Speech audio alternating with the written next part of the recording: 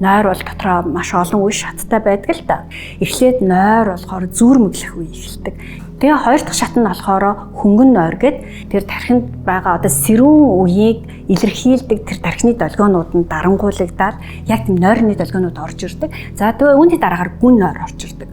Гүн нойронд яг тэр өөрийнхөө бие организмыг бүр яг сэргээж гэж босгож авч яадаг байхгүй. Өдөржингөө ядарсан, муудсан эд эсийг буцаагаад сэргээгээд нөхөөд өвчин, эмгэг, өрөвсөл байвал тэрийг дараад өөрчлөөд ингээд сэргээж шинчилж яадаг ийм шат байдаг. За үүний араас бол REM нойр гэдэг тухайн хүн болвол нүдэн ингээ хурдан хөдлөө та нарыг хүүхдүүдэд анзаарчсан бол хүүхэд сэргээл ингээд ирэхээр хөрхөн нүдэн ингээд хурдан хөдлөөд тэгсэн мөртлөө би огт хөдлөхгүй.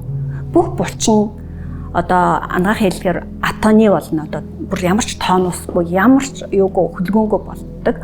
Яг тэр шатанд болохоор тэр айгүй чухал шат байдаг. Өдөржингөө ингээд тогтоож ойлгож авсан ингээд ийм зүйлүүдээс хэрэггүй мэдээллийн устгаад яг энэ чухал гэсэн хэрэгтэй мэдээлэл авч үлддэг. Суралцах процесст маш чухал ийм үе шат байдаг. Тэгэхээр гүн ойрондоо айгүй сайхан ингэж амарч авч одоо бие организм өөрийгөө ингээд эргэн нөхөн сэргээж идэг.